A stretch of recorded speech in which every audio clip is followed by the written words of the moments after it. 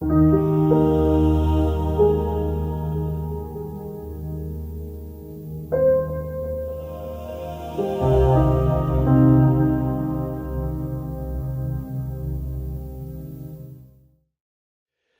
pozdrav vsem skupaj.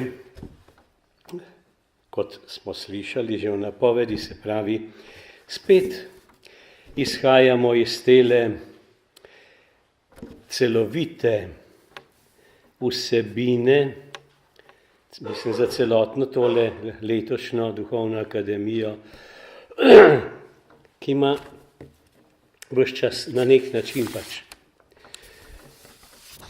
kot izhodišče drugačnost, biti drugačen. Slišali ste že marsikaj o tej drugačnosti. In to se začenja v antični dobi, kako so bili kristjani drugačni od drugih in tako naprej. In mi pa zdaj se selimo v obdobje, ki nam je pravzaprav že zelo blizu, ki smo ga vsaj v neki meri tudi sami doživljali, oziroma, naj tako rečem, ki se še nadaljuje v marsičem. In če je tukaj izhodišče drugačnost, potem se tukaj v tej današnji tematiki se pravzaprav ves čas soočamo s to drugačnostjo. Namreč z vprašanjem, kako so verni ljudje, ali pa v celoti slovenska cerkev, kako je morala biti drugačna od vsega tistega, kamor jo je silila uradna družba, kamor so jo silili voditelji, kamor so jo silili in potiskali mediji in sploh pravzaprav tole celotno okolje. Tako da ob tem, ko bomo skušali nekatere stvari pogledati, bomo videli, kako je ves čas to bilo močno prisotno, oziroma kako so se kristjani morali boriti, da bi ostali to, kar so. In so se zavedali, so drugačni in morajo taki ostati. Tako da vidite, če se mislim, da imate tole skico pred sabo, najprej bi nekoliko prikazal, kaj se je dogajalo v drugi svetovni vojni in kot posledice revolucije, to se pravi, to smo v vrtincu totalitarizmov.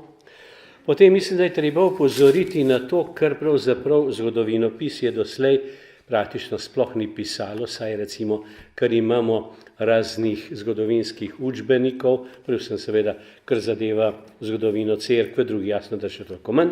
Namreč, da je tole obdobje za krščanstvo na Slovenskem tudi obenem doba mučencev.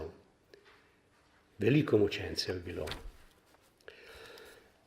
Revolucionarni teror in pa seveda vedenje slovenske javnosti o mučencih, kako se je slovenska javnost vendarle zavedala, da ima mučence. In potem seveda pod komunističnim režimom, kako je šlo takrat. Treba je saj nekoliko si ogledati oba škofa, Volka in Držečnika, potem gotovo posebej zanimivo vprašanje in zgovorno in povedno je obravnavanje odnosa komunistične partije do cerkve, do škofov, duhovnikov, vernikov. Ko bomo opažali, kako je nastopala ta oblast, kako je izvajala, kot so oni radi uporabljali izraz diferenciacija, torej izvajala diferenciacijo, kar v prevodu pomeni samo eno, jasno, ustvarjanje razdorov. Treba se zavedati namreč, da je ves čas poglavitna politika partije bila prav to, ustvarjanje razdorov. Vam bom potem še citiral Mitja Ribičiča, kako on predstavi, lepo kratko pa jasno pove, kaj je diferenciacija, kaj je naloga partije.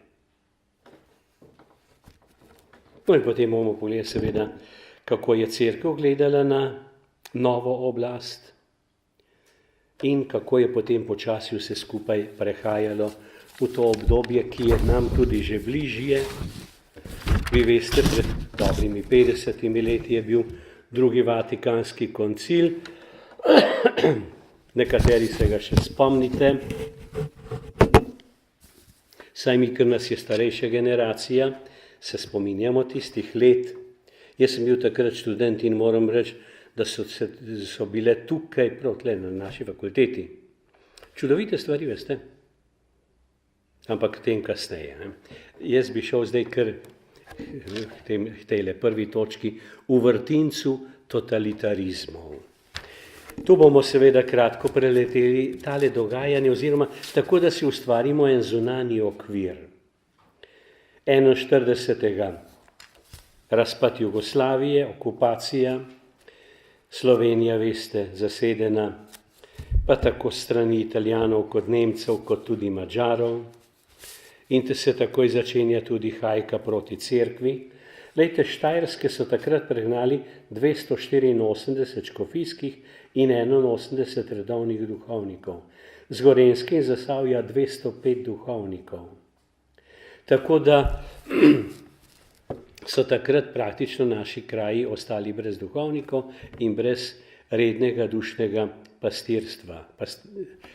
Tako da so potem uskočili, pomagali tudi nekateri nemški duhovniki, ki so prišli prav s tem namenom, to so bili tako imenovani obmejni dušni pastirji, Grenzseelsorger, za kateri pa treba reči, saj mislim, da skoraj za vse, da nikakor niso bili kakšni potujčevalci, ampak so se lepo naučili v večini slovensko in lepo kot duhovniki skrbeli za slovenske vernike. Mariborski škof, to je bil Ivan Tomažič, je bil konfiniran v svoji lastni rezidenci. On je tudi izrekel lojalnost novi okupacijski oblasti, bil je pa obsojen na molk. On pravzaprav ni mogel navzven delovati nič.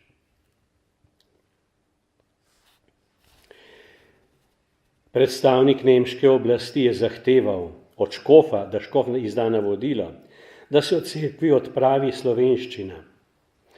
Tomažič pa je odpisal, da bi tako navodilo bilo proti cerkvenim predpisom, ki zahtevajo, da se dušni pastir v pridih in katehezi poslužuje jezika vernikov.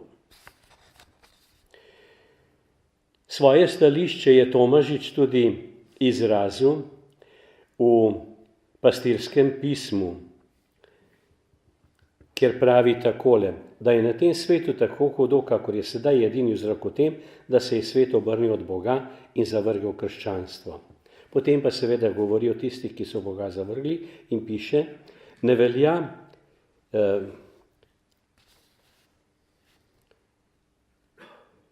to velja o izrazih sovražnikih božjih, kjerkoli so brezbožni komunisti, ki sami pravim pišejo, da hočejo zemlje iztrebiti Božje ime in vero in tako naprej. V tem stilu piše. Decembra 41 je menil duhovnikom posebno pismo, kjer se sklicuje tudi na papeževo okrožnico Divini Redemptoris in med drugim piše tudi o odnosih cerkve, tudi cerkvenih avtoritet do komunizma. Med drugim pravi tole, dober katoličan mora zavrniti povezanost s tako smerjo, s komunizmom, z brezbožno ideologijo. Vedeti mora, da se katoliški duhovniki pri tem prostovoljno sodeluje na primer z izvajanjem verskih opravil, postavi v nasprotje s katoliškim naukom, s cerkveno oblastjo in cerkveno disciplino. In zato se katoliško prebivalstvo takih prireditev ne sme udeleževati.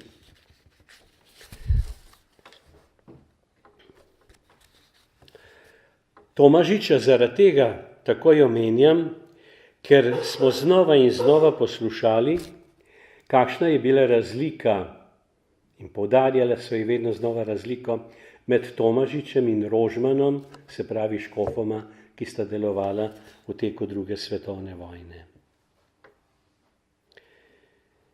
Tomažič je bil kritičen do tako imenovane osvobodilne fronte in je obsojal delovanje partizanov pod vodstvom komunistične partije. Utemeljena pa je tudi ugotovitev, da je zavračal vabilo določenih ljubljanskih krogov, da bi podprl, kot so takrat že začeli uporabljati izraz Belo gardo. Se pravi, to je izraz, ki je seveda jasen, tipičen uvoz iz Sovjetske zveze. Kaj pa ljubljanski škof? No, torej za Tomažiča smo rekli, on je bil konfiniran in praktično ni mogel nič med vojno. Ostal je brez duhovnikov. Ljubljanski škof je tako kot Tomažič tudi dal podobno lojalnostjo izjavo 3. maja 1941 Ljubljanskemu visokemu komisarju Gracioliju. Tu imamo pa potem seveda še v ozadju takoj italijansko zvijačnost. Gracioli je dal ponarediti to izjavo in ta izjava ponarejena je izvenela kot ena sama hvalnica Mussoliniju. Tako, čeprav so jasno vedeli, da je ponarejena, tako so uporabili potem tudi takrat v procesu, sodnem procesu proti Rožmanu. In seveda so ga zaradi tega potem tudi obsojali zaradi, kot so rekli, kolaboracije. Kaj je bila pravzaprav, kakšno je bilo to sodelovanje škofa Rožmana z okupacijsko oblastjo? Lejte, škof Lenič, ki je bil njegov tajnik, ob nekem primeru zapiše takole: prihajali so različni prosilci za pomoč. Italijani so zapirali, pošiljali v internacijo, obsojali ljudi vseh barv. In ljudje vseh barv in političnih prepričanj so prihajali k Rožmanu s prošnjami: pomagajte. Tu se je začelo tisto tolikokrat očitano sodelovanje z okupatorjem. Se spomnim, ko smo bili enkrat skupaj s škofom Leničem, ena taka manjša družina, in smo seveda spraševali Leniča, on je imel izredno dober spomin. Gospod škof, povejte nam malo o teh stvarih. In pravi enkrat, da sta šla z Rožmanom tamle čez Kongresen trg in Rožman se je takrat kar ustavil, pa pravi: a veste, gospod tajnik, mene bojo zelo verjetno, domnevam, da me bodo obsojali zaradi tega, ker sem takole povezan tudi z italijansko okupacijsko oblastjo. Je rekel: ampak jaz grem tja izključno zato, da bi ljudem pomagal, da prosim zanje, da za ljudi, ki se name obračajo, da prosim in sprejemam vse, jemljem nase. Tako da je posredoval za številne Slovence, ne da bi se oziral na njihovo politično prepričanje. Gotovo, da je najbolj znan primer, kako je posredoval za Toneta Tomšiča. To mi ime, mislim, da vam je dobro znano. Tone Tomšič, eden iz vrhov komunistične partije. Te stvari nam zelo dobro poznamo od blizu, ker potem, ko je bil povojni proces proti Rožmanu, takrat je med procesom želela govoriti Rožmanu v prid mama od Toneta Tomšiča, pa ji niso pustili do besede, potem je pa napisala posebno izjavo. Tu imam samo del tele izjave, ampak najprej pravzaprav, kako je posredoval Rožman, napisal prošnjo za njegovo pomilostitev. Pravi takole: spoštovana družina Tomšičeva, sporočam vam, da sem na svoje pismo, ki sem ga na vašo prošnjo pisal dne 16. maja 1942 papežu, dobil z datumom 19. maja odgovor, da je sveti oče takoj posredoval na pristojnih mestih za pomilostitev vašega sina Antona. Kako sem pozneje zvedel, žal njegovo posredovanje ni bilo upoštevano. Bog bodi milostljiv njegovi duši. Škof Gregorij Rožman. No, potem pa mama pa potem piše, Ivanka Tomšič, pravim, tu je zelo obširno pismo, kako je škof posredoval najprej, ko je bil Tomšič v zaporih tam v Sremski Mitrovici. tole precej na široko opisuje, in potem seveda, kako je posredoval tudi tukaj potem pri italijanskih oblasteh, pa vidimo, kako so se stvari končale. Na koncu piše, ponavljam, da sem skozi dolgo vrsto let imela priliko opazovati škofovo dobro srce za vse, ne glede na njih prepričanje. Pri njem sem vedno našla razumevanje, zato čutim dolžnost podati to izjavo. To je napisala 22. avgusta 1946. Pojavlja se seveda zraven vprašanje, zakaj se Rožman pa večina duhovščina ni odločila za pristop k tako imenovani osvobodilni fronti, ki je bila ustanovljena, kot veste, kot protiimperialistična fronta, šele potem, ko je Nemčija napadla Rusijo, ko je tam prišlo do spopada 22. junija, takrat se potem preimenuje osvobodilno fronto. Vzroki, zakaj Rožman ni mogel tega sprejeti, vzrokov je bilo več. Gotovo prva stvar, da je cerkev z vrsto dokumentov obsodila socializem in komunizem kot brezbožne ideje. Potem, da je glavni motor te OF bila komunistična partija z ideologijo, ki je bila diametralno nasprotna krščanstvu. Potem, od 16. septembra 1941, to je pravzaprav eden od ključnih datumov, takrat je namreč partija razglasila, da ima edina pravico voditi odpor proti okupatorju in vsakdor je zunaj OF pod vodstvom partije velja za izdajalca. To je pravzaprav res začetek državljanske vojne. Potem recimo tudi to, Rožman je že prej obsojal nacizem in fašizem, potem pa seveda tudi komunizem kot največje zlo. Znano je glede tega pastirsko pismo za adventni čas 43, tu gre za krepke obsodbe brezbožnega komunizma. Vejte, takole med drugim pravi, komunizem je brezbožen že po svoji temeljni ideji ali zamisli, ki je materializem, to je naziranje, da obstoji samosnov, ni pa duha in nič duhovnega. Iz te svoje osnovne misli komunizem taji Boga, neumrljivo dušo, večno življenje po telesni smrti in tako naprej. Pravi, ker komunizem vsa sredstva rabi, nič mu ni greh, z lažjo, ropi in umori, z nečloveškim ustrahovanjem in nasiljem skuša priti do svojih ciljev. Tako je, da je njegova beseda seveda zelo jasna. Komunistično brezboštvo je borbeno, ne zadovolji se s tem, da nekateri zametujejo vero v Boga, drugi pa delajo in žive po svoji veri, ampak z vsemi sredstvi razširja brezboštvo in se z vso silo bori zoper vero in tako naprej. Duhovščino je seveda odvračalo od osvobodilne fronte tudi nasilno delovanje. Teror, ki ga je izvajala osvobodilna fronta, se je začel kmalu po okupaciji.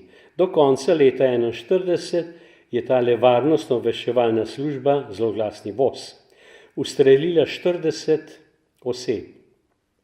Škof Rožman je to nasilje obsojal.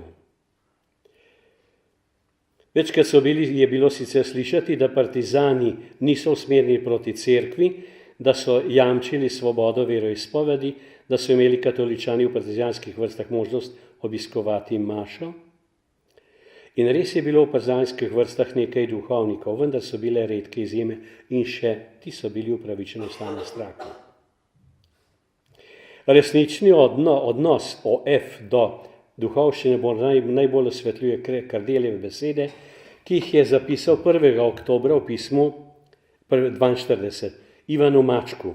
Duhovne v Četah vse postreljajte. Leta 1942 je bilo likvidiranih 12 duhovnikov. Najbolj znan seveda duhovni vodja stražarjev, študentov, Lambert Ehrlich, 26. maja tukaj na Streliški ulici je bil tam blizu ljudske kuhinje. Ko je šel zjutraj od maše, je atentator njega in pa njegovega spremljevalca, študenta, je ustrelil. Ta atentator je potem dobil seveda tudi priznanje, on je bil narodni heroj. Leta 1943 ubitih 8 duhovnikov, 1944 ubitih 7 duhovnikov, 2 sta bila pred partizanskimi sodišči obsojena na smrt. In vse bolj se je kazalo tisto, kar je potem partija tudi kasneje vse bolj izpričevala. Da je vsa praksa komunistične partije kot edine merodajne sile OF, vse to sloni na 2 temeljih, laži in nasilju. Je zanimivo, kakšne poglede na vse to imel Edvard Kocbek. Veste, da se je pridružil preko krščanskih socialistov, Osvobodilni fronti. Pravi, tako ravnanje je ne samo odvračalo od sodelovanja s OF, ampak je tudi spodbudilo ustanavljanje vaških straž in potem slovenskega domobranstva kot edinega možnega odpora proti čedalje hujšemu komunističnemu nasilju. Po doslej znanih dokumentih Rožman neposredno ni imel nikakršne povezave z ustanovitvijo domobranstva. Pač pa tisto, kar je pravzaprav vedno najbolj očitano, on je podlegel pritisku Nemcev in 20. aprila 1944 pred znano domobransko prisego marševal na Ljubljanskem stadionu. In kasnejša obtožnica je to opredelila kot popolno soglasje z nacistično politiko. Sam je pa seveda videl v tem Rožman dejanje, s katerim bi utegnil preprečiti še hujše nasilje nemškega okupatorja. Prav ta epizoda gotovo na poseben način osvetljuje Rožmana, ki je bil dušni pastir, mož dobrote, gotovo pa ni bil politik, ni bil diplomat. Očitno mu je primanjkovalo politične razgledanosti in diplomatske spretnosti. Maja 1945, kot veste, je zapustil Ljubljano in odšel na Koroško. To so seveda razlagali kot dokaz škofove slabe vesti in strahu pred pravično kaznijo zaradi izdajalske dejavnosti. In so ga vedno označevali kot narodnega izdajalca. Znova in znova veste, da so se pojavljali očitki o njegovi kolaboraciji. Navadno se zraven ni postavljajo vprašanje o kolaboraciji komunistov, recimo z Italijani, na primer.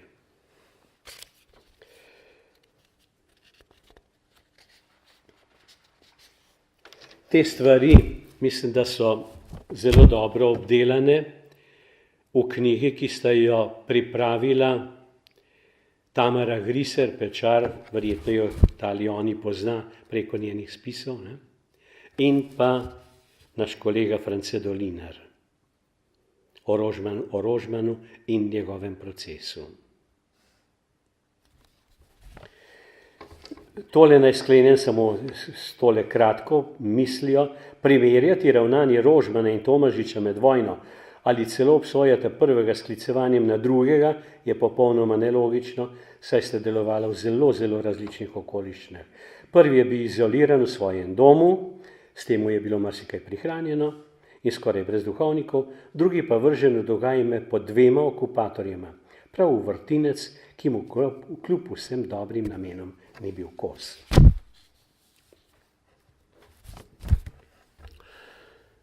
Če zraven k temu le dodam še čist na svoj pogled na škofa Rožmana. Glejte, kot rečeno, on maja 1945 odide na Koroško, zapusti Ljubljano. Kaj bi se zgodilo, če bi on ostal tukaj? Vsekakor, jasno, da proces. Obsojen veste, da je bil potem na tistem procesu, ko ga ni bilo zraven, na 18 let zapora in še dodatne kazni. Pa je zanimivo, ko sem govoril z nekaterimi koroškimi duhovniki, pa še posebej sva o tem govorila s pokojnim Janezom Zdešarjem, ki ga tudi se nekateri gotovo spomnite, slišali ste za to ime. On je mnenja, da kaj bi se zgodilo lahko z Rožmanom, če bi tukaj ostal. Najbolj verjetno, tako je rekel Janez. Je rekel, lahko bi partija inscenirala linč, takrat ni bilo težko nahujskati ljudi in potem si vsi umijo roke, češ, to je pa zdaj sodba ljudstva in so škofa linčali. Prav to bi se čisto lahko zgodilo, ampak če bi tukaj ostal. Moje mnenje, pravim, je to, da je to gotovo madež na njegovi podobi, namreč kljub vsemu, dobro, da on ni bil kolaborant in tako naprej, o tem sploh ne mislim debatirati, ampak to, da je on šel iz škofije, da je on zapustil Ljubljano, šel na Koroško, tu sem pa še zmeraj tega prepričanja, škof, dušni pastir, kot pastir škofije, mora ostati pri svojih. Moral bi ostati tukaj, ne glede na to, kaj se bo zgodilo. To pa mislim, da je tisto, kar je po mojem prepričanju potem metalo senco na osebo škofa Rožmana, kot rečeno, o kakšni kolaboraciji sploh ne mislim debatirati, ker tega pri njem ni bilo. Zato, ker on je dobro poznal tako pritiske Nemcev, germanizacije na Koroškem, to je on na svojih plečih doživljal. Videl je tudi, kaj se dogaja tako pod fašizmom, kot pod komunizmom, je sam tukaj doživljal, pokopaval tele mučence. Torej vse je dobro vedel, tako da nič o kakšni kolaboraciji, ampak tole, kot sem rekel. Lejte, za tole bi lahko rekli tudi, da je to doba mučencev. Že takrat, praktično takoj na začetku se vidi, začenja se revolucionarni teror komunistične partije. Zelo zgovorno je dejstvo, da se je partija obrnila pravzaprav izključno, res izključno, proti svojim sonarodnjakom, Slovencem, tisti, ki so bili ali pa naj bi bili njeni idejni nasprotniki komunistične osvobodilne fronte.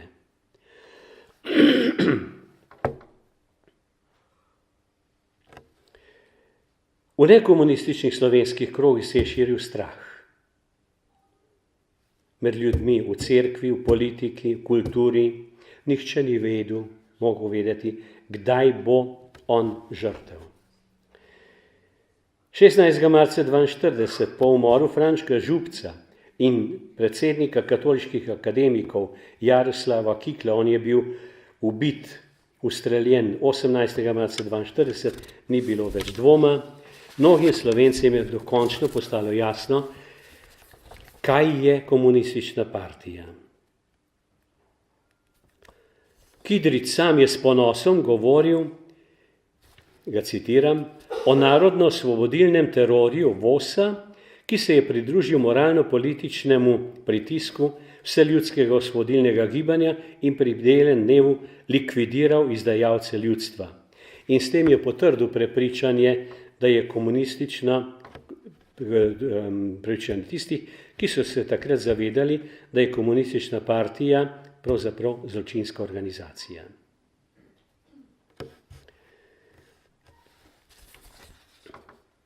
Lejte, zanimiv tale podatek, niti ena sama pomembna osebnost okupatorske oblasti ni postala žrtev komunističnih akcij.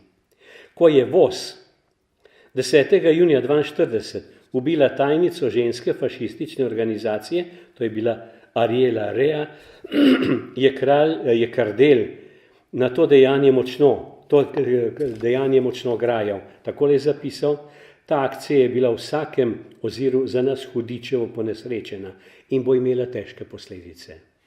Edina žrtev na strani italijanskega okupatorja. Drugače žrtve izključno Slovenci.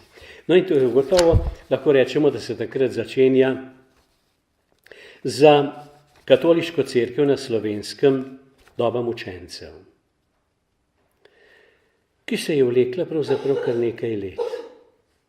Pravzaprav vse do 80. let, veste, je veljalo pravzaprav nekje kot čisto uradno, da so katoličani drugorazredni državljani. In še leta 1976, ko je bil objavljen nov zakon o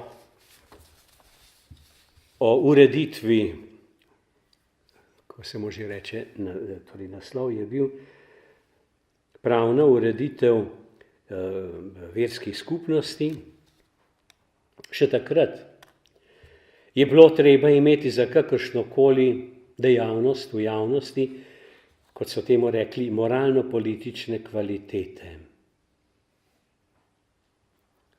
Med žrtvami terorja je bilo večje število duhovnikov in krščanskih laikov. Tako da je škof Rožman že na Silvestrovo 42 objavil poziv, da bi zbirali dokaze o mučeništvu posameznikov in jih potem predložili na škofijo. Poglejmo vsaj nekatere najvidnejše osebe, ki so postale žrtve komunizma. Najprej bi se čist kratko ustavil pri Lojzetu Grozdetu, ki je bil že tudi razglašen za blaženega, kot veste, na Evharističnem kongresu v Celju. Mlad fant z Dolenjskega, iz župnije Tržišče, šolal se je s pomočjo nekaterih svojih sorodnikov in dobrotnikov v Marjanišču, v Ljubljani. Prežet s Kristusovim duhom, s pobožnostjo do Božje Matere Marije, v vsakodnevnih opravilih dokazoval, kako je mogoče živeti svetost v vsakdanjem življenju. Ni imel seveda lahkega življenja, nezakonski sin.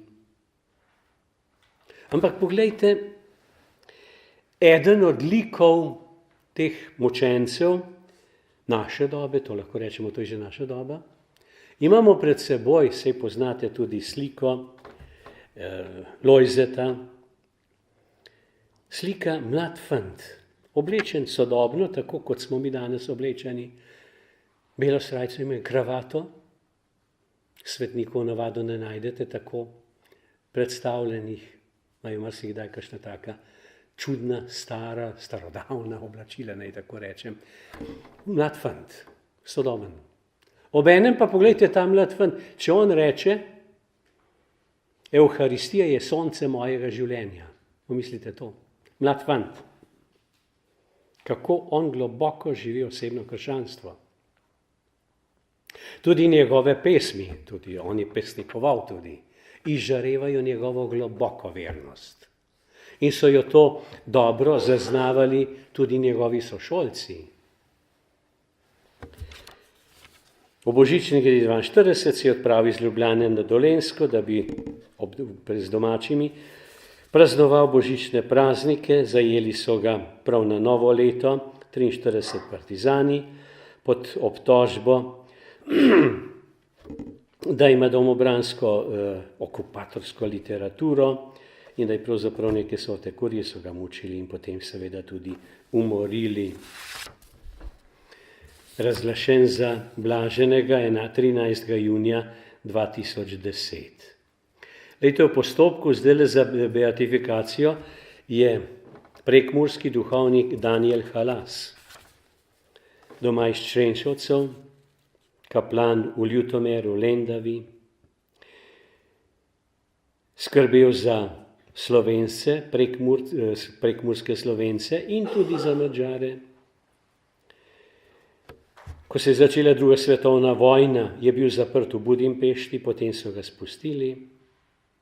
On nadaljuje delo in 16. marca 1945, ko je šel na pastoralno pot v Lendavo, se potem vračal, tam je imel spovedovanje redovnic in ko se je vračal, so ga potem odvedli, zaustavili uniformirani možje in ga odvedli do Mure ter ustrelili. Kot slišimo zdaj, ko so bili škofje v Rimu na obisku Arlimina, je bilo slišati, da bi on morda bil lahko kaj kmalu razglašen za blaženega. Zdi se mi zelo pomenljivo tole, kar je časopis Slovenec pisal 23. junija 1942. Namreč zaradi tega, da vidimo, kako so se takrat Slovenci, so bili svesni tega, so vedeli, kaj se dogaja, zavedali so se tega in to je pravzaprav ustvarjalo med njimi gotovo tudi strah in pa predvsem strah, da bi partija nazadnje prišla tako ven na površje, kot je dejansko potem prišla. Takole med drugim piše, komunistični partizani so ubili 4 slovenske duhovnike. Vsa divjost protinarodnega partizanstva se je tako smerila proti slovenski duhovščini. No in potem opisuje, kako so ubili, najprej kruto mučili župnika in kaplana v Šentrupertu na Dolenjskem. To je bil Nachtigal, Franc Nachtigal in pa Franc Cvar. Piše časopis Novica je napravila na ljudi velik tisk. Ogromna množica je strmela nad grozno novico, nekateri pa, ki so kljub dosedanjim dokazom za zločinstvo Osvobodilne fronte in partizanov še omahovali, so končno tudi sedaj spregledali. No, potem opisuje še druge žrtve komunističnega nasilja, opisuje, kaj se je dogajalo v Šentrupertu z obema duhovnikoma. In piše tudi ob umoru slovenskih duhovnikov. To je še vedno tudi iz Slovenca. Kri slovenske duhovščine je zopet namočila zemljo. V neokrotljivem sovraštvu proti vsem, kar je slovenskega in zlasti, kar je katoliškega, se je sprožil vzdolgo zadrževan in potuhnjen komunistične besi in tako naprej pišejo. Omenim na Jaroslava Kiklja, gotovo eden najvidnejših krščanskih laikov, ki je padel kot žrtev svojega neupogljivega verskega prepričanja. Dobro je bil povezan z enim od voditeljev mladine, s profesorjem Ernestom Tomcem. Študent medicine je bil in je bil tudi predsednik študentskega medicinskega društva Vir. Tudi on je postal član direktorja univerzitetne organizacije, ki je bila ustanovljena na zahtevo Italijanov, sicer bi univerza takrat prenehala. On je pa videl to in je pristopil k temu direktoriju. Njega so ubili 18. marca 1942, tudi v Streliški ulici, tudi tukaj, blizu. Lejte, kaj je takrat govoril Rožman na grobu. Zahvaljen bodi Gospod za prvega mučenika, ki si ga blagovolil dati naši katoliški aciji. Zahvaljen bodi za prelepo čisto dušo našega Jaroslava, ki si jo z vsakdanjim angelskim kruhom ohranil v bleščeči lepoti svoje milosti. Zahvaljen bodi za vso ljubezen in radost za svete vzgled in tako naprej. Zahvaljen bodi za največjo milost, ki si mu izkazal, da si mu dal popolno vdanost v nedoumljive sklepe tvoje svete volje.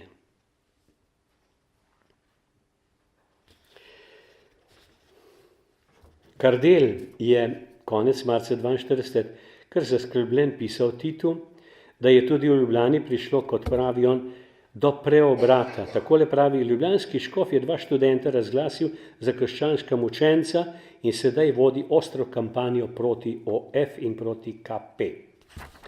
Potem naj omenim še enega mučenca, to je pa Janez Pavčič, doma z Bizovika, tu v bližini Ljubljane, in bi lahko rekli zrcalna podoba Lojzeta Grozdeta, učiteljišnik, vzoren krščanski fant, kmalu se uveljavi tudi kot voditelj mladine.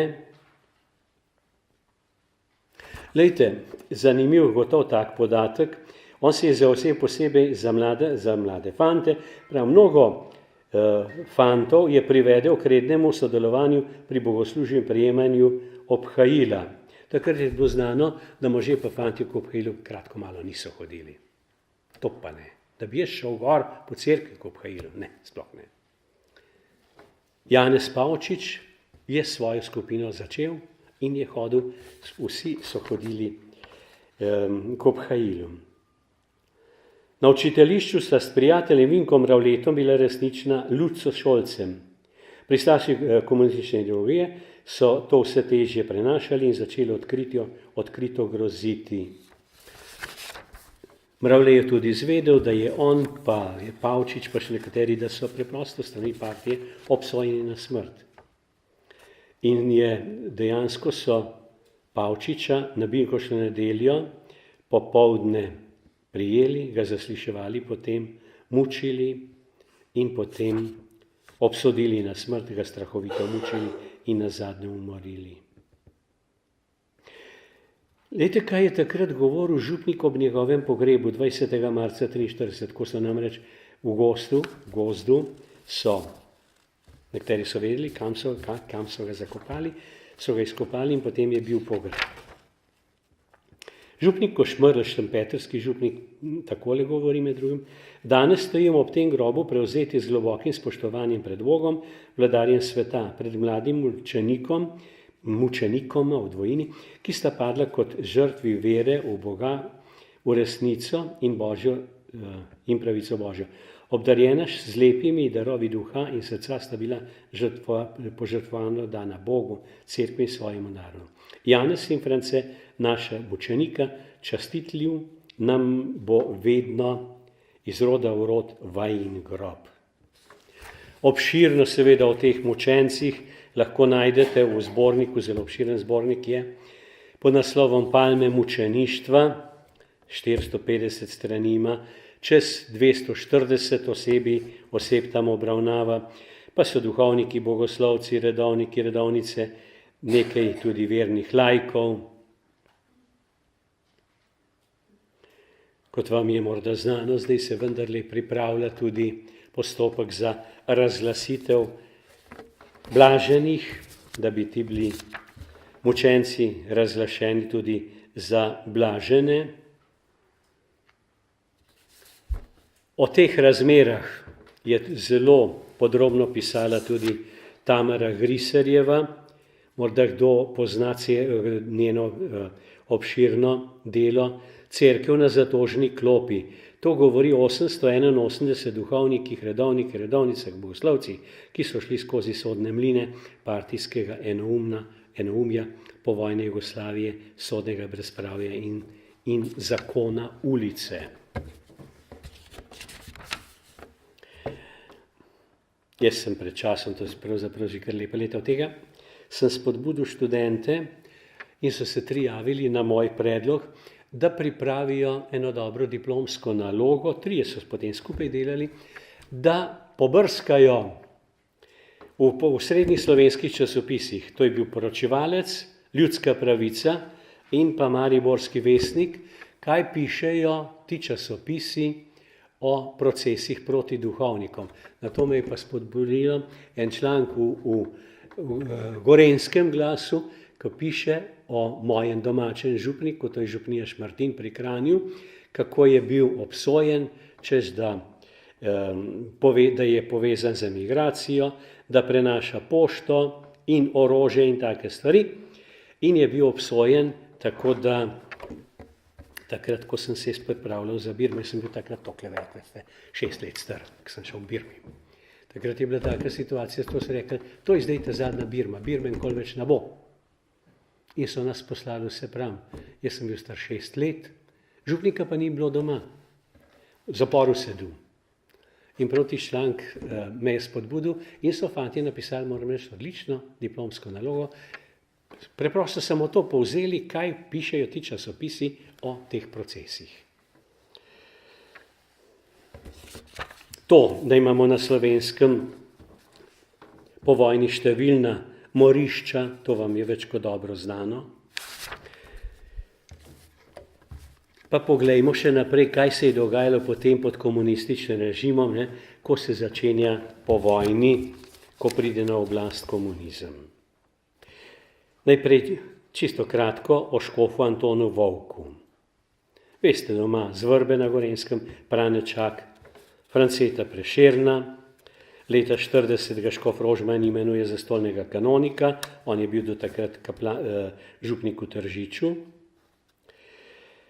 Potem, ko Rožman zapusti Ljubljano, je on sprejel, da bo kot generalni vikar pač vodil škofijo.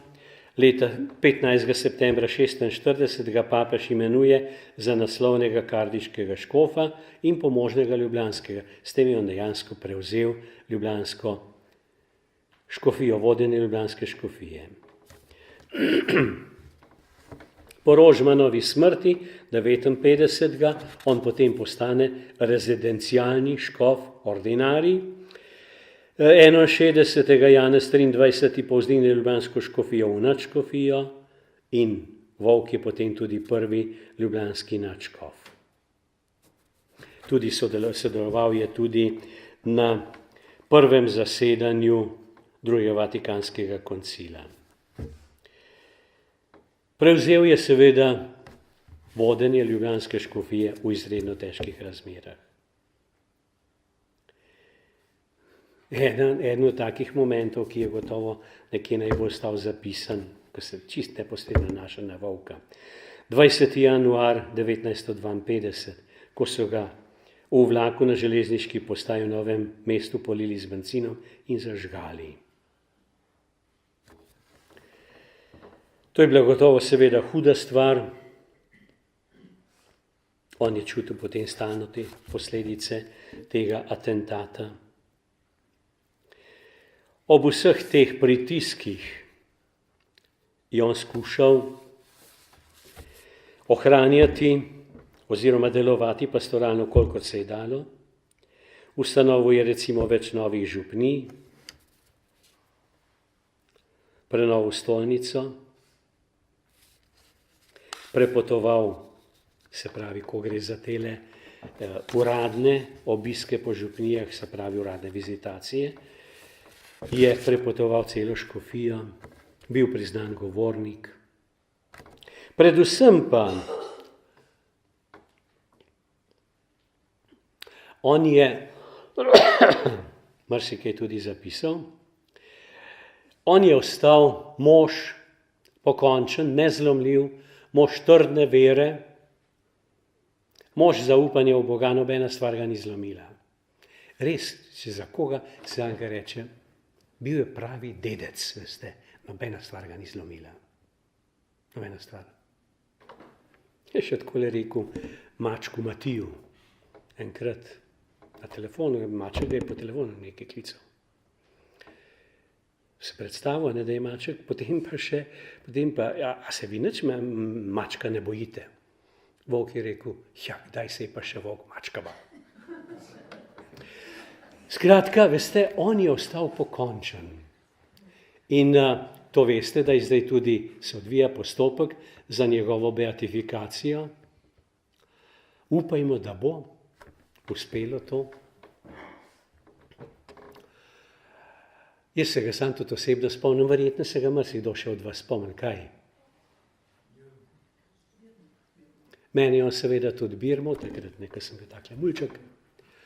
Potem sem imel enkrat priložnost, to je pa njegov, tak bi rekel, ožji prijatelj, tedanji škofjeloški župnik, Melchior Golob, ki se ga nekateri spomnite potem kot šempetrskega župnika.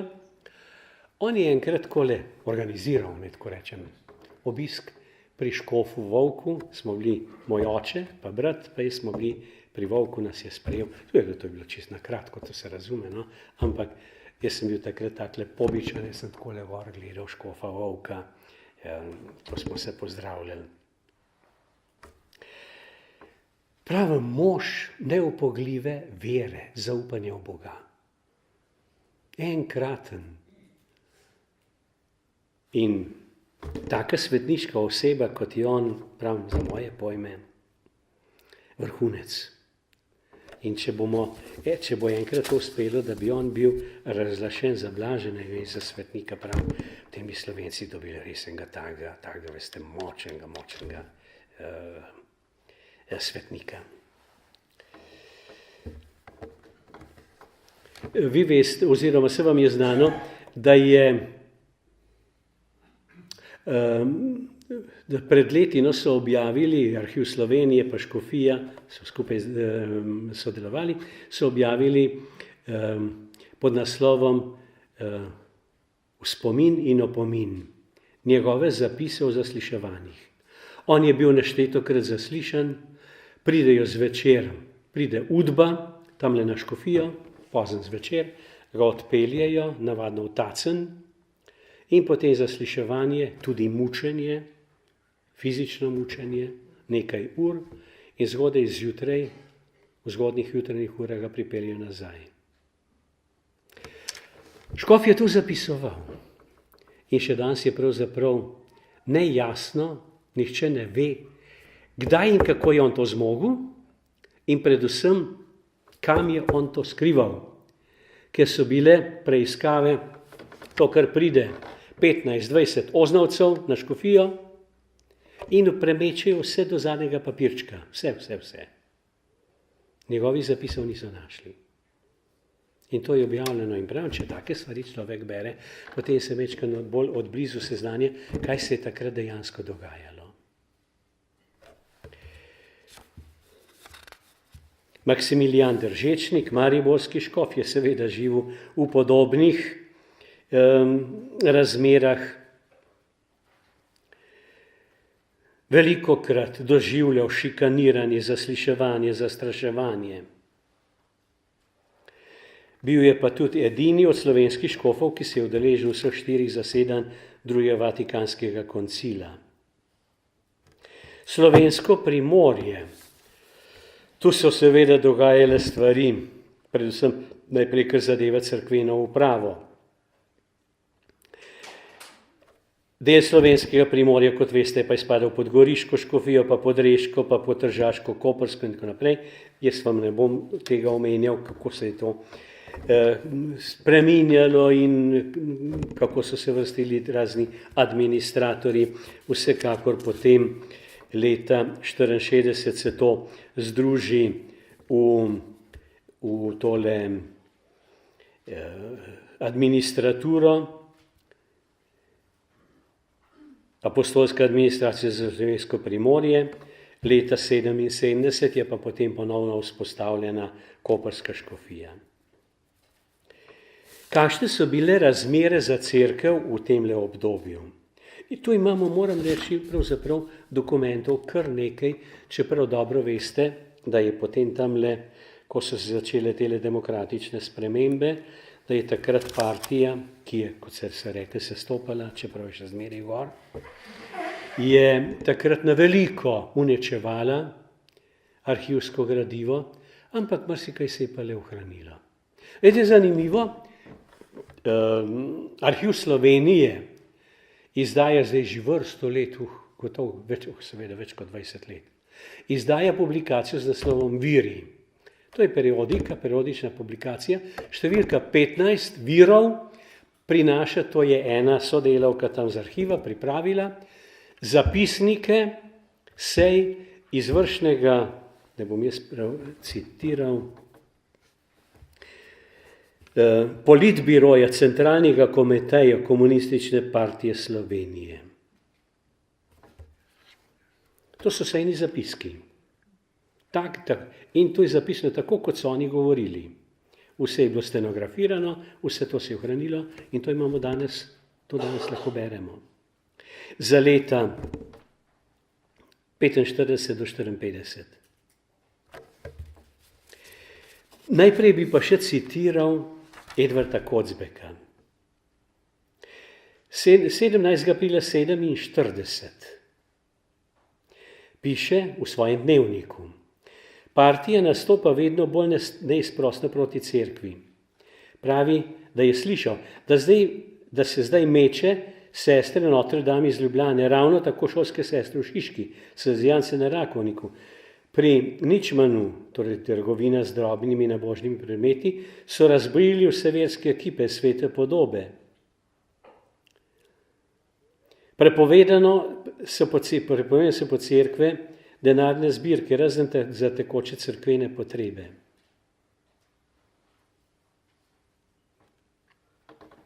Potem Kocbek citira notranjega ministra Borisa Krajgerja, pravi takole, to je zapis Kocbeka. Krajger jasno izjavlja, in to je pa zdaj Krajgerjeva izjava, kot je zapisal Kocbek, to je vojna med cerkvijo in državo, v kateri država tako dolgo ne bo popustila, dokler se cerkev ne spusti na kolena. No, potem pa pravim tile zapisi sej politbiroja, centralnega komiteja.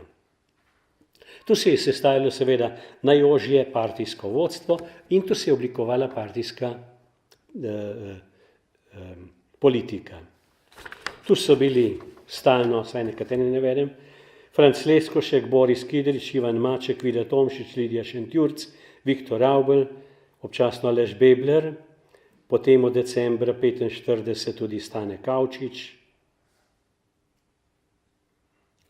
potem pa ti zapisi.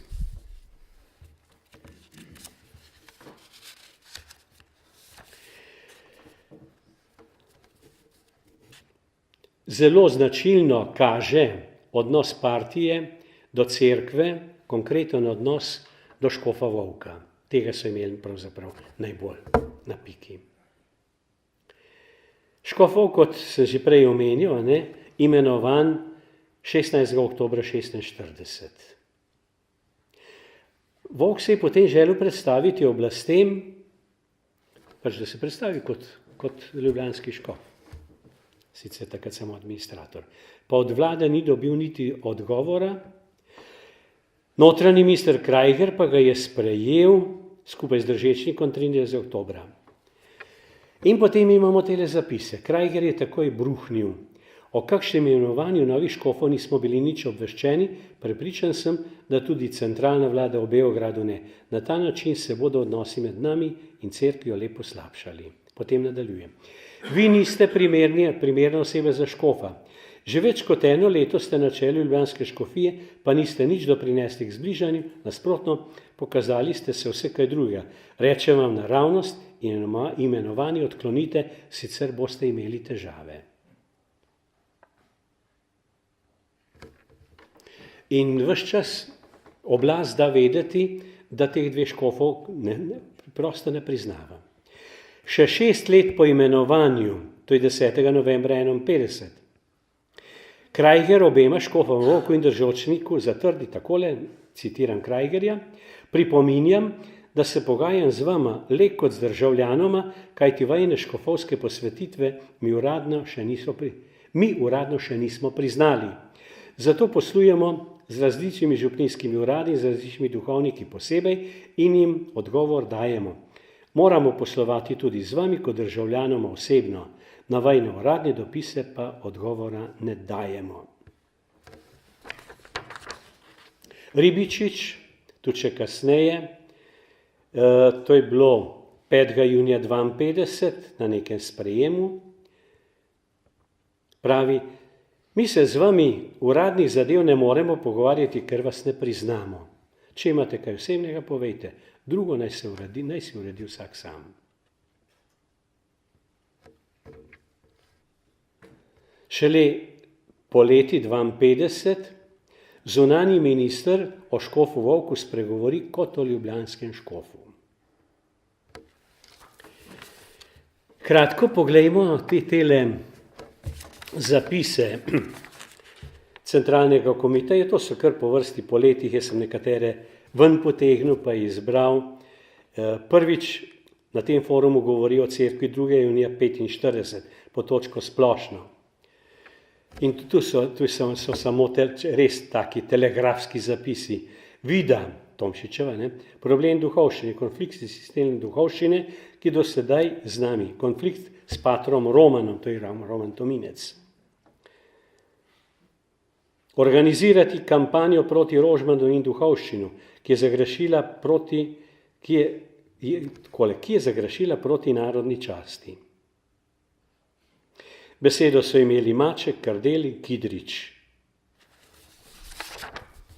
Maček.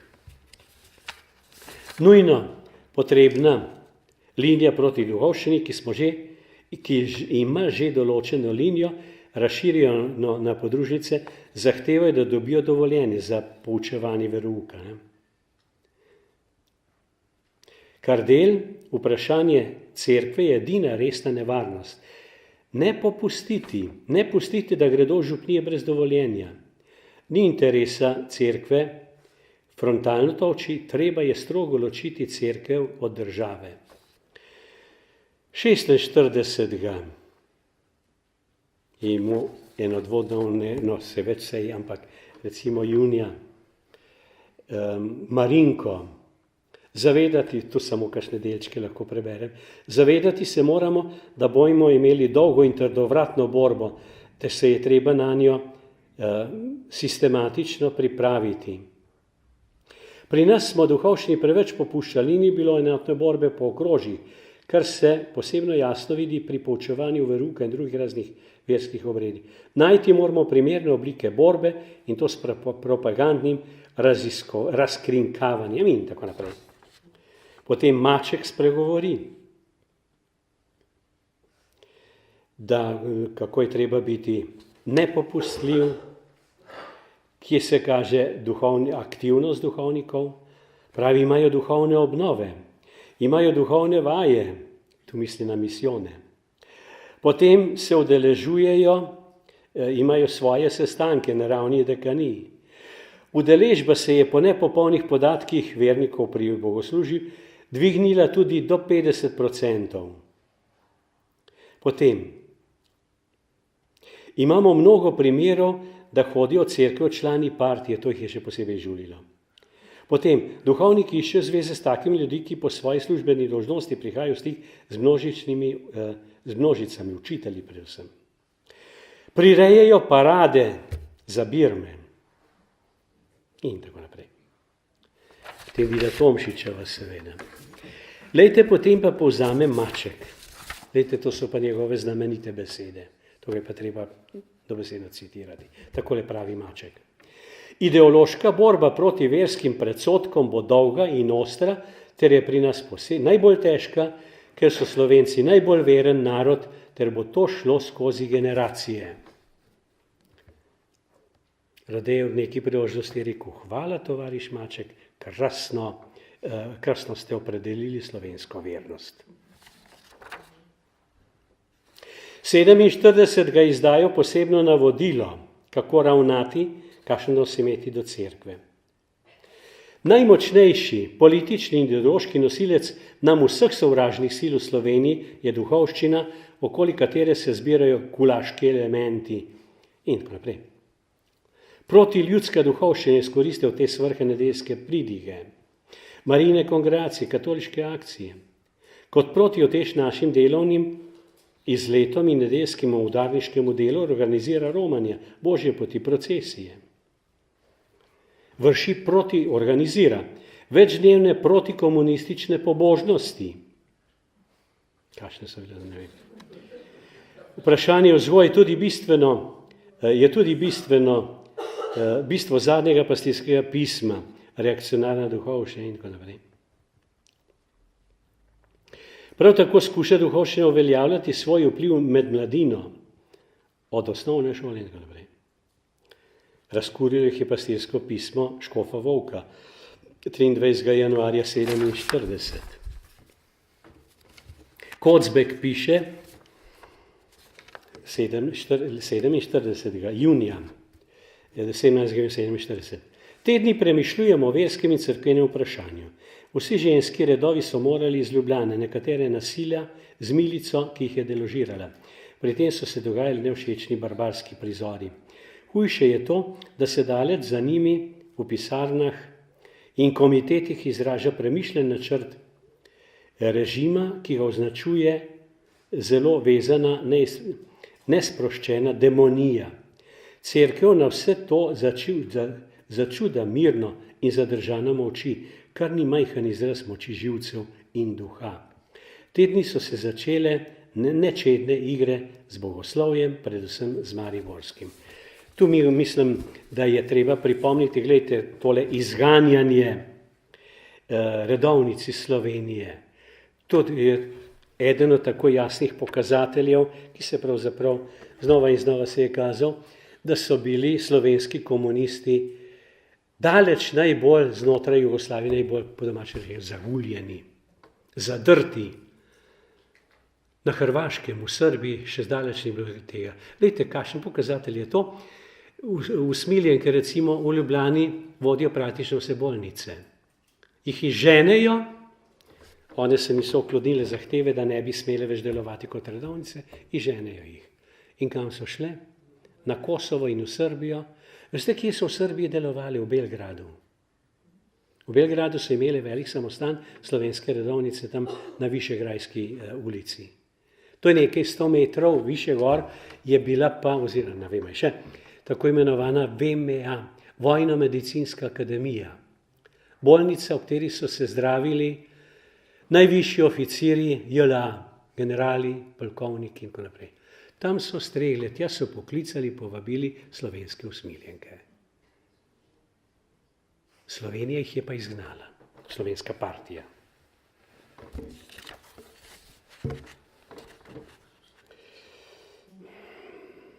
Notranji minister je 48. imel na eni od teh sej obširen govor in tu vidimo res, to je bila zloba, ne morem drugače govoriti o tem notranjem ministru. Samo par besed iz njegovega govora. Mislim, da se je v zvezi s celotno, to sem že napisal, da se je treba lotiti vprašanje duhovščine. Potem, kaj bo treba, in pravi, vse to bomo lahko dosegli takrat, ko se bodo množice izolirale od duhovščine. Moramo vse tako aktivirati, da moramo duhovnika, se pravi, čim bolj tolči in ga pripraviti do tega, da bo res samo še maševal v cerkvi. Pravi, predvsem razbiti cerkev kot enotno organizacijo. Moramo doseči diferenciacijo cerkvi sami. Doseči moramo borbo v vrstah samih duhovnikov in to tako, da se bodo duhovniki sami med seboj začeli tolči na diskusijah in posameznih vprašanjih. Naš namen je, da se oni predvsem sami med seboj koljejo. Mi jo moram postaviti, da je njihova osnovna stvar, če hočejo reševati cerkev v Sloveniji, da se morajo boriti proti Vatikanu. Vidite, tu smo potem tudi pri tistem vprašanju, zakaj pravzaprav je tudi partija organizirala, vzpostavila tole društvo CMD, civilno-metodijsko društvo slovenskih duhovnikov. To je bila seveda izrazito partijska organizacija. Nekatere duhovnike je pridobila, če se lahko reče čisto po idejni plati, nekatere z različnimi pritiski ali ker so jim pač nudili razne ugodnosti. Dejstvo pa je, vidite, tu imamo enega od teh primerov, če nekoliko širše zgodovinsko pogledamo. Glejte, francoska revolucija, ki je pravzaprav mušter, po domače rečeno, za vse revolucije. Kaj dela s cerkvijo? Revolucija je izdala tako imenovano konstitucijo o cerkvi, ustavo o cerkvi, in vsa duhovščina je morala to podpisati. To je bila neke vrste prisega državi. Mnogi so to podpisali, še bolj številni so bili pa tisti, ki so zavrnili. In tako se je tam vzpostavila tako imenovana konstitucionalna cerkev v Franciji. Če je kdo slučajno bral življenjepis arškega župnika Janeza Vianeja, on je kot mlad fant to doživljal. In ljudje so začutili, ti duhovniki konstitucionalne cerkve so pa čudni, nekoliko čudno pridigajo. In ko mi sledimo francoski revoluciji naprej, kako se stopnjujejo pritiski na cerkev, ko oblast sama začenja imenovati škofe, imenovati župnike, usilijo to, naj župnike volijo sami ljudje po župnijah, škofe ravno tako. Jasno, da vzame vse cerkveno imetje, to je pravzaprav popolnoma jasno, pa to še daleč niste najhujše. Ampak veste kaj? Pod parolo svoboda, bratstvo enako svoboda, treba se jo osvoboditi, vendar mi moramo biti svobodni. Mi sami lahko vse delamo, sami razmišljamo. Konkretno je to pomenilo osvoboditi se od Rima. Ali z drugimi besedami, ločiti se od vesoljne cerkve, ki ima pač vodstvo v Rimu. Ustvariti državno cerkev. In kaj je naslednji korak te državne cerkve oziroma odnos države do te cerkve? Tej cerkvi je preprosto zaviti vrat. To so stopnje. Tako se je delalo v Jugoslaviji, Tito je dostikrat to izrečno povedal, tole naši slovenski partici sploh, glejte kako, to je eden od citatov iz ministra Krajgerja. Ustvariti narodno cerkev, to je vedno bila zahteva partije na Češkem in tako naprej. Ločiti jo od Rima, od vesoljne cerkve in jo potem seveda postopno počasi zadušiti. Ja, iz Krajgerjevih besed posebej zveni zlohotna komunistična sintagma diferenciacije, razbijati, ustvarjati razdore. Glejte, kako je to krasno razložil Mitja Ribičič leta 1960 v komentarju zakona o pravnem položaju verskih skupnosti, zakonu iz leta 1953. Tu imamo potem tudi, to se pravi, on je bil takrat predsednik tako imenovane verske komisije, tako so jo imenovali v javnosti, komisije za odnose z verskimi skupnostmi. In on je jasno tudi povedal, kaj je pravzaprav pravi naša politika do države. Politika tele komisije, za katero se je pač reklo v javnosti, to je pač državna komisija, ki na nek način ureja medsebojne odnose med državo in verskimi skupnostmi, s katero se da pogovarjati, ki marsikaj lepo uredi, zgladi razne zaplete in tako naprej. Glejte, kaj pa pravi Ribičič o tem. Vsa naša politika do cerkve je pravzaprav v bistvu kombinacija različnih diferenciacij. Smo pri diferenciaciji. Ustvarjati razdore. Torej, vprašanje poglablja najrazličnejših nasprotij, ki nastajajo na eni strani med višjo duhovščino in Vatikanom. Nasprotij, ki nastajajo v samem episkopatu,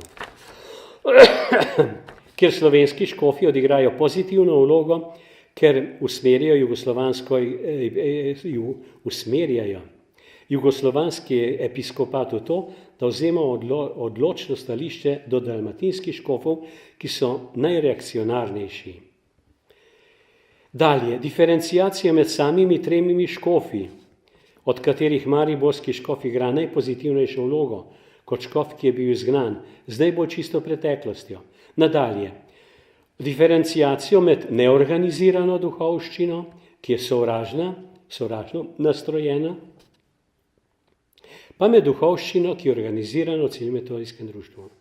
Osnovni namen diferenciacije poglavlja nasproti, pa seveda izolacija vernikov od določenih klerikalnih vplivov. Ustvarjati razdore. Med škofi in duhovščino, znotraj duhovščine, med duhovščino in verniki. To je bila politika partije. Se še zdaj je.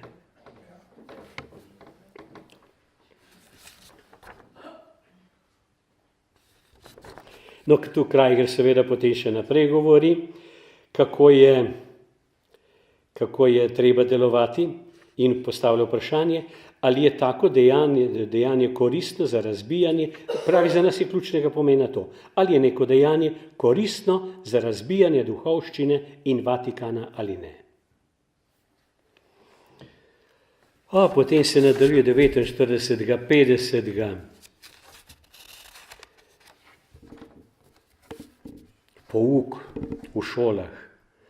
Pri mladini treba skrbeti za zabavo in razvedrilo, zlasti v času obredov. Ostro nastopili proti vsaki toleranci glede izvrševanja verskih obredov s strani članov partije.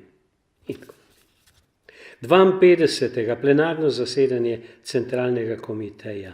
To je bilo en teden po atentatu zažigu škofa Vovka v Novem mestu. Kardel med drugim.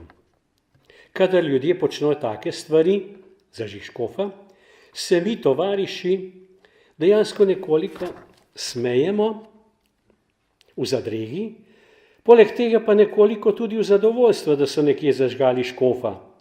V resnici pa se dejansko smejemo svojim nesposobnosti in svoji lastni slabosti. Smatramo, da bo ta škof, če ga ne ubijemo, hodil okoli in počenjal svoje stvari, čeprav mu bomo še tako stopali na prste.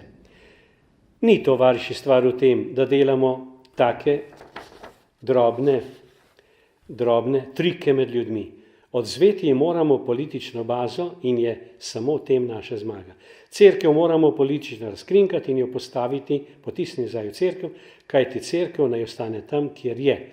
Verouk se mora izločiti iz šol. Prav tako bomo teološko fakulteto porinili z univerze in jo dali škofiji, naj dela z njo, kar hoče. To veste, da je potem fakulteta bila dejansko izključena in sicer s posebnim dokumentom, ki ima datum 31. junija 52. 31. junij 52. Kaj? Tak datum stoji na tem dokumentu. In ta dokument je bil takole, vidite, A5, en takle listek, tu gori ohranjen v arhivu.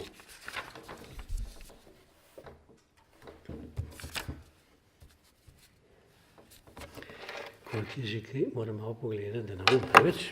Ja. No, gledajte, o tem bi se dalo seveda še veliko razpravljati. Potem kritično obdobje navadno obravnavamo kot kritično v letih 48-53, to se pravi do takrat, ko izide prvi zakon o pravnem položaju verskih skupnosti. No, teološka fakulteta, kot rečeno, je izključena. 52. je Jugoslavija enostransko pretrgala diplomatske odnose z Vatikanom. Potem imamo nekoliko že mečkano spremenjene okoliščine z Beograjskim protokolom leta 1966. Država se je zavezala, da zagotavlja cerkvi svobodo opravljanja verskih obredov, da ima apostolski sedež v duhovnih zadevah popolno jurisdikcijo na cerkvi v Jugoslaviji, da je svoboden pri imenovanju škofov in da škofi nemoteno kontaktirajo z apostolskim sedežem. Mimogrede, naši škofje dolgo časa po vojni, Vovk in Držečnik, nista dobila dovoljenja, se pravi potnega lista, da bi lahko šla iz Jugoslavije, recimo na kakšen obisk v Rim. Potem gotovo zanimivo vprašanje, tole, ki ga tudi tukaj se omenja, imenovanje škofov. Glejte, imenovanje škofov je pravzaprav skozi celotno zgodovino cerkve eno tako, moramo reči, marsikdaj zelo delikatno vprašanje. Dobre, za prvotno cerkev seveda so imeli tako ureditev. V prvotni cerkvi je bilo jasno, da škofa izvolijo, pazite, izvolijo verniki v škofiji. In potem ga sosednji škofje iz metropolije to potrdijo in ga tudi posvetijo škofa s polaganjem rok. Ampak tista ključna sprememba, veste, se pa začne predvsem s cesarjem Otonom I. 962 on vzpostavi tako imenovano Sveto rimsko-nemško cesarstvo. In takrat on začenja organizirati tako imenovano, državno cerkev, Staatskirchentum se takrat uveljavlja, državno cerkvenstvo bi se lahko reklo pravzaprav. Bistvo tega je predvsem, on sam si prilasti pravico, da imenuje škofe. In za škofe on imenuje seveda ljudi, na katere lahko on predvsem sam računa, da bodo delovali povezani z njim in njemu v prid. V raznih diplomatskih službah, da bodo lojalni njemu, da bodo njegovo osrednjo oblast podpirali in tako naprej. In tako se začenja, veste, tisto, da so škofje vse večkrat, vse bolj pogosto imenovani iz vrst plemičev. Potem se začenja seveda korupcija na veliko, s podkupovanjem mogočne plemiške družine preprosto kupijo službo škofa za enega iz svojih vrst, za enega družinskega člana. Laična investitura, se pravi, laična svetna oblast umešča od svoje strani imenovane škofe, jih umešča v škofovsko službo. Potem poznate to, te investiturne boje, ko se cerkev toliko prizadeva, to so res pravi boji, da bi se osvobodila tega nasilja strani svetne oblasti. Pa potem to poneha, pa se spet. Skratka, gledajte, v naših krajih je svetna oblast imenovala škofe. Veste, kdo je bil zadnji, ki je bil še strani svetne oblasti imenovan za ljubljanski škof? Do leta 1930 je ljubljansko škofijo vodil škof Jeglič. Kdo ga je imenoval? Cesar, seveda. Rožman je bil prvi potem, ki ni imenovan več strani cesarja. Do takrat skozi. Vsaka oblast si je prizadevala, ker vsaka oblast se zaveda, da je škof pomemben človek, da je pomembna njegova vloga v javnosti, njegova beseda ima težo. Vsaka oblast si je prizadevala, da bi na to vplivala na imenovanje škofov. Glejte, tale ateistična oblast v Jugoslaviji, tudi v Sloveniji morda še najbolj. Smo videli prej tole odnos do Rožmana in do Volka in do Držečnika. Mi vas ne priznamo, zato ker nas nihče ni vprašal, ali smo mi za to, da vaju imenujejo za škofa. Mi vas ne priznamo.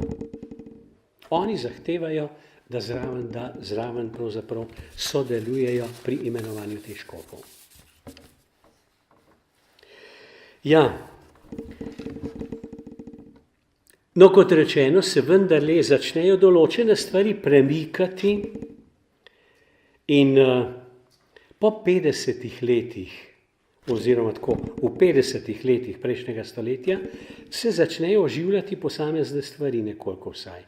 Recimo, kar zadeva versko življenje, je zelo značilno, takrat se spet začenjajo na Slovenskem oživljati ljudske misijoni, kot se je temu navadno reklo. Se pravi, ali pa župnijski misijoni, torej misijoni po župnijah, kar je bilo gotovo pomembno za poživljanje verskega življenja. Potem gotovo, da recimo druge stvari, recimo šmartnice, ta preprosta ljudska pobožnost, ta se začenja uveljavljati in to privablja ljudi, privablja gotovo še posebej mladino. Potem postopna liturgična prenova, ki zajema celotno cerkev, odmeva seveda tudi na Slovenskem. Potem pride čas drugega Vatikanskega koncila. Moramo reči, da je tudi na Slovenskem močno odmeval. Tudi naši škofje so sodelovali, Držečnik na vseh 4 zasedanjih, Volk samo na 1., potem je že umrl, potem Pogačnik na 2., 3., 4., Janez Jenko na 3. in 4. zasedanju. Tudi teološka fakulteta je imela vidno vlogo pri tem, profesorji so zelo vidno spremljali, živo spremljali dogajanja na koncilu. Tu, če mi je dovoljeno, naj pravzaprav boljše govorim iz svojih osebnih spominov, jaz sem bil takrat študent, prav v času koncila, prav takrat, ko se je začel koncil, za odprtje koncila, takrat sem začel študij tle na fakulteti. Takrat je na Slovensko prišlo, to so bili pravzaprav tisti časi, veste, ko se počasi, postopno vsaj, začenjajo odpirati določene stvari in takrat so prvi slovenski duhovniki lahko šli tudi na kakšen dodaten študij v Rim. oziroma v inozemstvo. Pa so bili nekateri v Rimu, Parizu, na Dunaju, v Innsbrucku. In potem so se vračali kot mladi profesori, razgledani drugače, kot smo mi bili tukaj. Recimo profesor Perko, kasnejši škof v Belgradu. Smolik, v Parizu študiral liturgiko. Steiner, v Rimu na Alfonzianumu študiral moralko. Potem pride Oražem, France.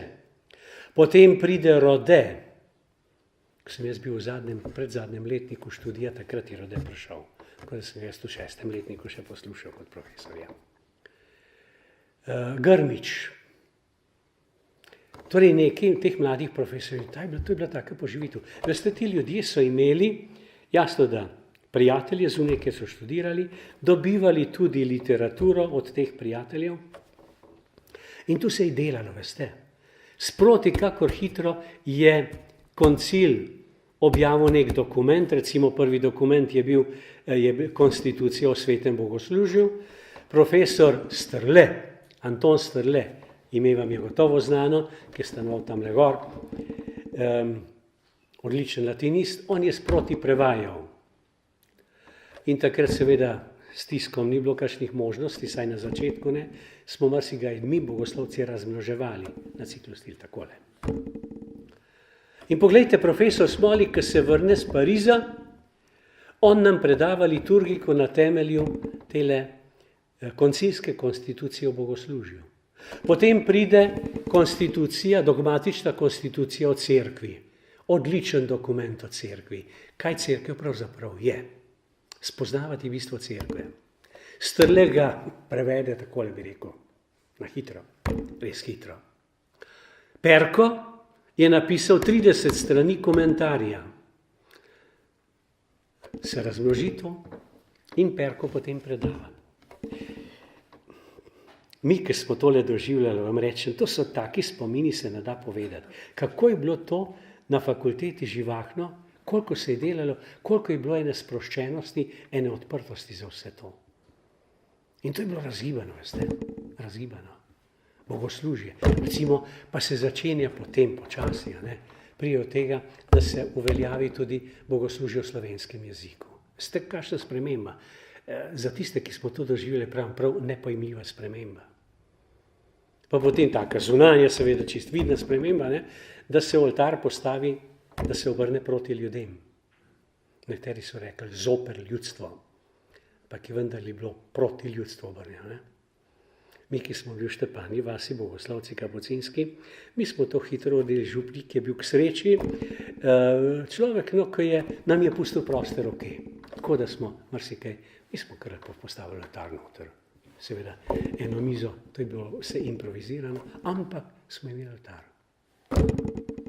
In se že mašuje potem duhovnik obrnen k ljudstvu in slovensko. To so bile take prav nepojmljive stvari, veste. Tako da nasplošno moram reči, da je bilo na Slovenskem takrat veliko bolj razgibano, kot bi človek mislil, glede na vse te okoliščine, ki so bile malo pred tem, ki so še vedno pravzaprav bile žive, to je še vedno pravzaprav v obdobju komunističnega režima. Ampak vendarle, takrat se je začelo, veste, je kar vrelo noter. Vejte, potem, da smo mi dobili tele knjige, naj naštejem.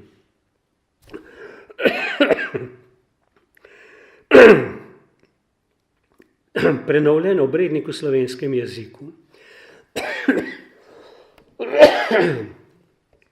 Slovenski misal 75, lekcionarje,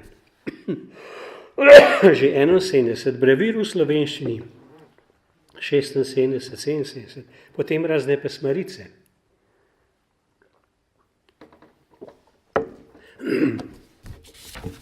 Ko je bilo takrat živahno. Oznanjevalna služba takrat dobiva, lahko rečemo, nove zalete. Takrat se začenjajo različna predavanja. Morda se kdo še spomni, kako se je prav tule, v temle prostoru, kako so se začela potem, pravzaprav že pri frančiškanih na Tromostovju, so bila predavanja za študente, inteligenco, No, potem se pa to prenese semle. In obisk je bil tak, da je pravzaprav za današnji čas kar nepojemljiv, če poveš nekaj. Recimo tale dvorana nabito polna, sedeli tudi tlele okrog, po hodnikih, pa tle spredaj, pa tle gor, zunaj tamle, pred dvorano polno, še tle na oknih so viseli, pa poslušali, pa gledali noter. Kje so zdaj te ljudje?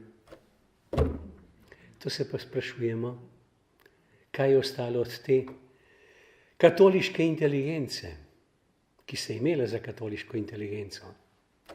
Vprašanje na mestu, ja? Pa še kako. Potem se je začelo lahko tudi delo z različnimi skupinami, z ministranti, študenti, potem počasi, to sicer šele kasneje, se začenjajo ustvarjati razne skupine zakoncev, potem priprava na zakon. Veste, so bile take razmere, da recimo poleg duhovnikov, ki so govorili na teh tečajih v pripravah na zakon, so redno poiskali tudi kakšnega pravnika, da je po pravni plati malo predstavil, kaj je pravzaprav zakon, pa kakšnega recimo zdravnika, da je z medicinske strani kot strokovnjak spet pokazal zakon. In se tako spomnim enega advokata iz Radovljice, pokončen mož, veste, veren človek, brez pardona. On je bil med prvimi, ki je upal iti na tako, ki so ga tudi vabili seveda, ki se je upal odzvati, da je šel predavati na tečaj za zakon. No, potem tudi središča za duhovno življenje se vse bolj uveljavljajo, recimo Stična, ki je bila seveda med vojno, po vojni pod hudimi udari, se začenja uveljavljati in dobro vemo, kaj Stična danes pomeni. Koliko se tam dela, koliko je tam recimo stalno raznih skupin, pa duhovnih vaj in tako naprej, pa Brezje, Nazarje, Miranski grad, Sveta Gora, Vipavski križ, Kančevci. Potem kar nekaj župnišč preurejenih za taka srečanja, recimo Srednja vas v Bohinju, Sveti Trije kralji, Stržišče, Lok pod Mangartom in tako naprej.